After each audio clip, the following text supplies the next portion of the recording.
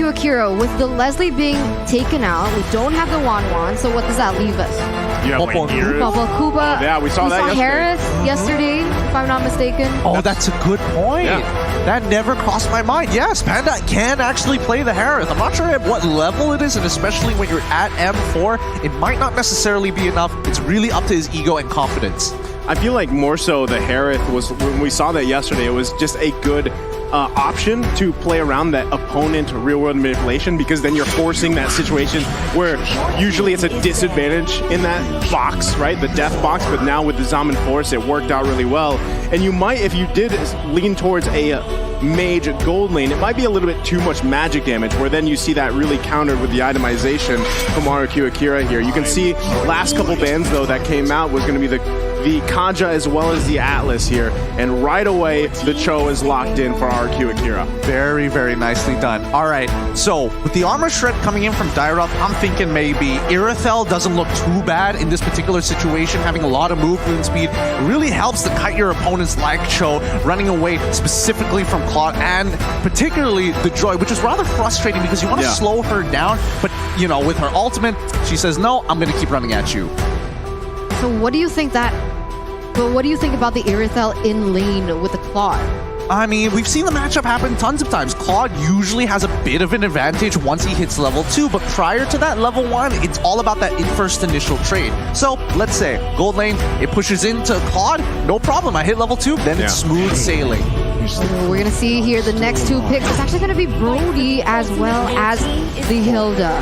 Okay, I like the Hilda pickup, right? We've seen how much of a nuisance Hilda can be, but yesterday when we had that preview, it was also paired up with a Masha. So this time it's going to be a little bit of a nuisance, I feel like, for Rrq Akira, especially is this Joy going into the jungle, right? That's something that they have to keep in mind. But I do also like the Brody pick, because at least you can work with the space that he has and then just kind of fade away, torn apart memory. But hold on, Rrq Akira going to lock in a Terizla. Learning from their brothers here. R7 brought it out themselves against the glue. Let's see how effective it is once more, this time on Takashi. It might be the difference maker here. Maybe Terizla is the answer to glue. Personally, I don't feel it necessarily being that way, but that penalty zone, oh my goodness, it can make the difference with a flicker. So keep your eyes out, Takashi. If he makes that play, it's all over. Both compositions have been set in stone as we are moments away of entering the land of dawn. Are you team Rrq Akira from Brazil, or are you team Hack from Malaysia? Man, I'll tell you what, both team compositions are actually pretty scary here, but I still want to see how this Terizla pick works. Is it going to be utilized very well alongside with everything else being thrown at them? Like you mentioned, Gideon, penalty zone is going to be a tough obstacle to work around here. So we're going to find out as we load up into the last match of the day. Group stages, day number 2 here between Team Hawk and Rrq Akira. How are you feeling here? I mean, this is the last Malaysian team today. Look, don't look at me like that. I'm shaking, okay? I'm already shaking right now. And I hope we don't see the proxies coming in from this Terizla, because you can expect the Hilda to immediately start to invade King. Oh, whoa! They brought the whole party! Already. Min, though, I mean, this is what we expect from a Hilda right early on. Gonna force King here to get whittled down a little bit. Does use that retribution, but should be just fine here. Hold on.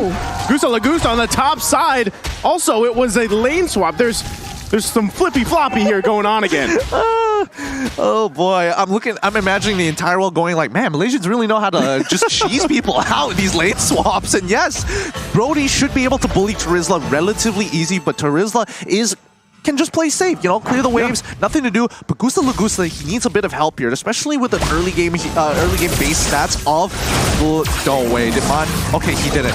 With the base stats of someone like Lu, it should be more than enough. Wow, okay, Gary's still going to commit on this, or is he going to back off? A lot of pressure here on King already in the jungle early on. But let's see how this all situates. If they stay in this lane, still though, 4 members here of Team Hawk on the top side. They grab the first blood. It's Gusta Lagusta that goes down. Can they find Luis as well? Min has to back off. He's quite low, but already first blood for Team Hawk. Beautiful, beautiful pressure from Team Hack here. They know exactly the winning conditions for Rrq Akira, and that's going to weigh heavily on how Gusta Lagusta is able to farm. And in this early game, he's already been taken down once. They already have a lot of damage onto this tower in the top side, and they're going really crazily more onto this. They're getting hyper aggressive here. I think they're going to proxy this wave. They might even, honestly, if they wanted to, they could have broken the first turret and traded for the turtle, but instead, they're going to run down and focus on these neutral objectives. Oh, Takashi. Oh, Team Hawk making their way down to the turtle pit here. They're going to find the target, and Takashi falls here with the setup. Now it's Saijin here. King's still going to be working on the turtle. The rest of the team coming to join the party. Can they grab it? It's King that gets the turtle with retribution. They're going to force the flicker out from Saijin. And just like that, it's 2-0 for Team Hawk with a nice little bit of a lead. Min's got to be careful here too, still making the pressure for King on this purple buff. Rrq Akira need to find a way to slow things down, right? Because right now they're playing exactly into the tempo that Team Hack wants them to. And Min is so confident enough that he can go in 1v4 and he doesn't care. As long as he's able to deter the rotations from King, he's doing the perfect job. Yeah, I mean, he understands his only problem is, oh, if I'm too low and then I get CC, that's when he has a problem. So he's keeping a very close eye on Luis. The moment he moves, he can tell the rest of his team where they should expect the upcoming battle, which is on the top side of the map. Okay, they're going to focus on Man here. He takes a little bit of damage, should be able to heal back up, uses the rough waves as well. Gets out of dodge for now, but still into the jungle we go. It's Min continuing on at being a nuisance, but King's had enough. Can he get the kill? Here's going to be working on it. Lola there to help him out. Nobody goes down yet. Tell me, I mean, everybody can say, oh, you know, EXP late, it's so boring, and oh, glue, he's not busted. Don't lie to my face. Don't you ever lie to my face. He is so unbalanced right now. Well, he's going 2 versus 1. Gets the way of the dragon just to disengage. But yeah, wouldn't you rather see this than the Esmeralda or Uranus matchup we always used to see before? Yeah, true. I mean, like, how many seasons did we see the Esme Dairoth or Esme Uranus? Hey, right? look, as the M series historian here, I'm tired of seeing Lunox Harith. You know, that was a very good amount of a long time. Same goes to Grok, but hey, you know, in this particular situation, at least Glue brings a bit of color. I mean, right now, Rrq Akira, they are trying to be aggressive as well, and that was kind of questionable, right? Because the last team fight that they actually wanted to go for, it wasn't Cho with level 4 yet, so he didn't have the CC that he wants, and now you can see once again how aggressive they're going, but here we go! Gary gonna get kicked into the wall. It's King that grabs the kill here. So a pickup for Rrq Akira, and Takashi grabbing another one as 2 fall. They're gonna look for a third. Man on the run here. 4 members of Rrq on the hunt, and Man can't escape that as Luis takes him down. That's what I was talking about, right? They need to know when their power spikes hit. They need to know that most of the members from their team require that level 4 to have an impact in the game, and that's exactly how they are going to be able to turn it around. They need to play patiently, look for the moments, and not force anything. Oh, just like that, another pickoff here from Luis, the right target. Min, though, gonna bob and weave the best he can. We've seen this before. He's able to escape with the sprint. What's up with us in Hilda? We're just cracked on it. We're so crazily good on it. Honestly, even during MPLs, they don't look this good. So here at M4, these supports are really waking up to the movements, and especially with the way that Rrq is handling them. But I do think that Rrq, they're starting to adapt to this. They're slowly adjusting. Yeah, that was like deja vu. Literally same pathing, same hero, same country, and just like that, another turtle going in the hands here. And Team Hawk, look at the lead that they're building, right? It is slowly but surely building in their favor, but I gotta say, Rrq Akira finding moments just like this. It might be another kill here, but Luis, look at the damage coming out! Gary punishing him with the strike, forcing the flicker back. Now it's King there, here to help Gusta Lagusta, and just like that, another pickup. Wow, they didn't actually get the trade kill there. Okay, good moves coming in from Team Hawk. Just fast guerrilla warfare, in and out. 1-0 trade for the moment, as we do have a moment to take a look at the items. It doesn't seem like Sagan or King want to commit onto this, so Gideon, take it away. I'm just looking at Glue, the fact that he's got 2 complete items already on the board. He's got the most gold on his team. And then I'm looking down at Panda, who's only got 41, and he's just like, yeah, this lame swap was great. Hey, you know what? You can call it a cheese strat if you want, but it seems to be working, I mean, for the most part, right? Now, how will that continue as the game goes on? Again, you have to look at the small lead that they've built themselves up to this point, right? 7 minutes in, they can still work around that. But still, Luis doing an amazing job trying to find any kind of pickup he can with the way of the dragon. So he's got to kind of get past this mid-man combo. King now trying to poke away here. Look at the ultimate also that Saigon has. Already forcing the rough waves. That's big. Conceal play going to be committed here. Lola, though, like you said, the front line. King, though, still going to be committing. They know man does not have the ultimate here. They're going to go in with the blinker. The TikTok play comes out. Lola still trying to survive, but it's Panda that takes out Takashi on the top side. But Min falls here in the mid lane. Lola still on the run. Do they find him? Lola can't get away. Oh, he does, though. Panda there. Now it's Luis that gets taken down by Gary. Huge back play from Team Hawk. 2-4-1 trade here for Rrq Akira, and it seems like they're going to look for more, but they do have the man advantage now to be able to go and center their focus and the neutral objective, which is that turtle. Oh my goodness. Right now, Team Hawk, they're just slowing down the game by, again, just harassing, consistently poking at the opponent. They don't really necessarily need this turtle, but denying it from RQ is even more important. Oh, they're just going to focus on King here. Look at the damage already. The retribution came out too. So Gary just going to go ahead and grab that turtle away. And just like that, Team Hawk furthering this objective lead now. Focusing also in the mid lane, might be looking to get the tier 2. Can Rrq hold on to it? So far they do. Oh, this is an exciting match, and honestly, with Team Hawk, the way that they're playing, again, a series of unfortunate events for Rrq. While they were actually looking for that gauge in the previous fight, Team Hawk were actually opting to go for a lane swap. So they caught Lola midway into the river, while you see someone like Brody Panda just taking out the first turn, coming down to join the fight, and cleaning up what he can. Yeah, that sucks. Yeah, it's just that sucks. Like, what can you do? Plain like, and simple. You look at the VOD, imagine like Brawl sitting there, it's like, well, I mean, that's just awkward timing, right? What can you really say? I mean, on top of that, Gary now already has a Malefic Roar, so that is more so going to be shredding into the members of Rrq Akira here. Takashi. Still, though, they're actually able to fight off a little bit here. Man on the run. Not going to find anything just yet, though, but, you know, there's focus on the right places here for Team Hawk. It's Rrq Akira responding to the tempo being set, and a lot of that has to do with man even on this hill, though, like we were mentioning. Let's see if they can play around this. Gary waiting patiently in this death bush, possibly. They know he's there. No one going to commit just yet.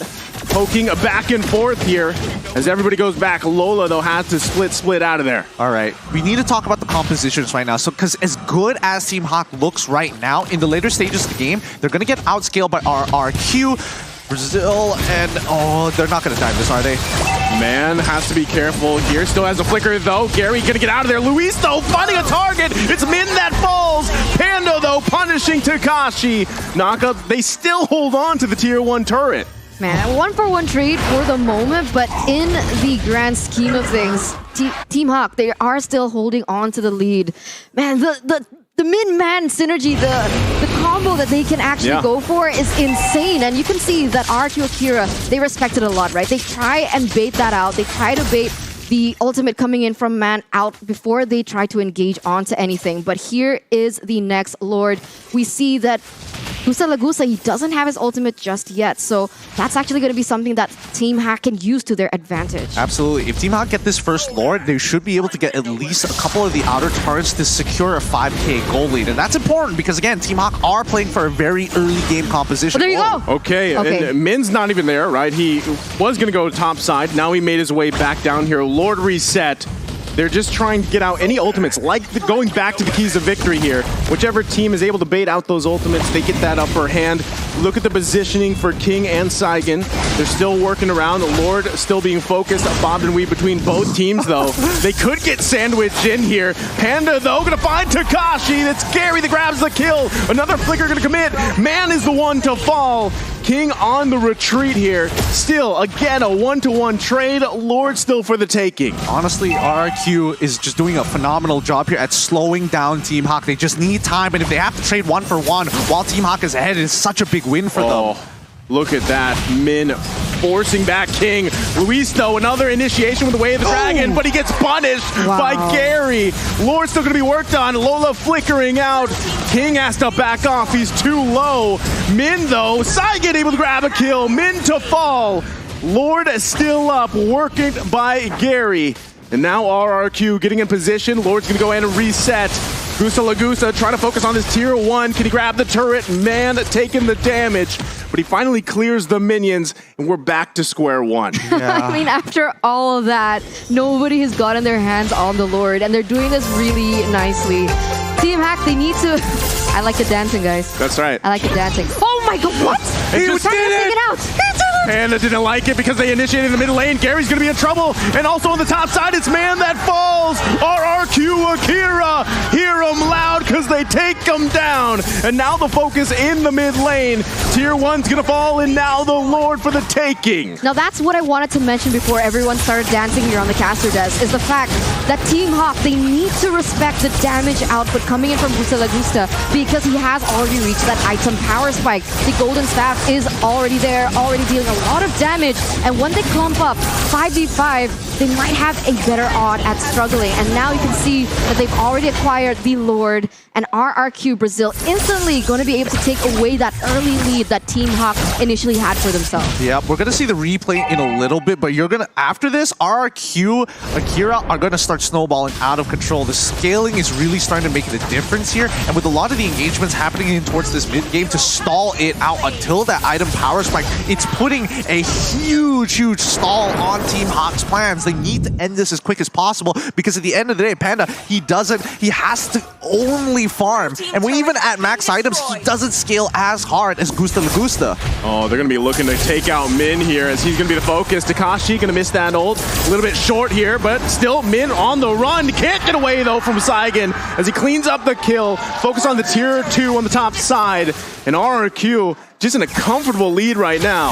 I mean, did you see the items coming in from Saigen there, Gideon? Okay, He had the Holy Crystal before, and now he has the Divine Glaive to top it all off. Yeah, Saigen right now, he's kind of popping off, and now Rrq Akira is going to start dominating the rest of this match. Team Hawk, I mean, they need to make some kind of glory play here to really top the scales against Rrq. They need to find a way to take down Gusta without a quote-unquote reliable source of CC, right? Because Man didn't opt for the Petrify. He went in for the Flicker instead, so it's going to be that much more difficult to pick these really core heroes off. And he doesn't, I mean, even looking at the items, he doesn't really have that burst potential just yet. I mean, he could probably get someone half health low, but King going to be the focus here. Getting caught in a lot of CC as Gary's able to get the kill. But still, can they play around with that? Team Hawk might be looking for something. The flicker is going to come out. Lola, though, looking to get a pull, but can't get it. Takes quite a bit of damage. Luis is there. Saigen's going to flicker in to grab the kill, but into the penalty zone they go. Takashi unleashing. Oh my God. We grab another one after another falls. It's a wipeout. A triple kill for Gusta as he was able to just dish out so much damage with that ultimate. I mean, he was basically like free hitting from the backside, and that's it. Wiped out. Is this the final moment for Team Hack? I mean, they're cutting it down one by one, and I think this might just be it here. They have more than enough damage, and unfortunate to say, I told you so. No! That Rrq's lane game, that's what we were looking for. Oh, so unfortunate. It only took one moment, one wipe out for the early lead that Team Hawk had set for themselves to be instantly taken back from them. Well done to Rrq Akira. You know what's crazy? Like, how many times did Takashi, like, mess up the ult? And even, I don't know if you guys caught that, but even in the early game, right? The mishap. But the one that mattered to really turn that team fight around even to clean it up was that final moment where he landed, I believe it hit 2 or 3 members of Team Hawk, and then they cleaned up from there. And like Eterna was painting, you know, that picture of Gusa being online, especially with that Malefic Aurora being locked in, everything just fell into place for them. Yeah, I mean, honestly, if we're looking at the way the game was going to go based on the compositions alone, it follows the script, you know? If you aren't able to get that first Lord to secure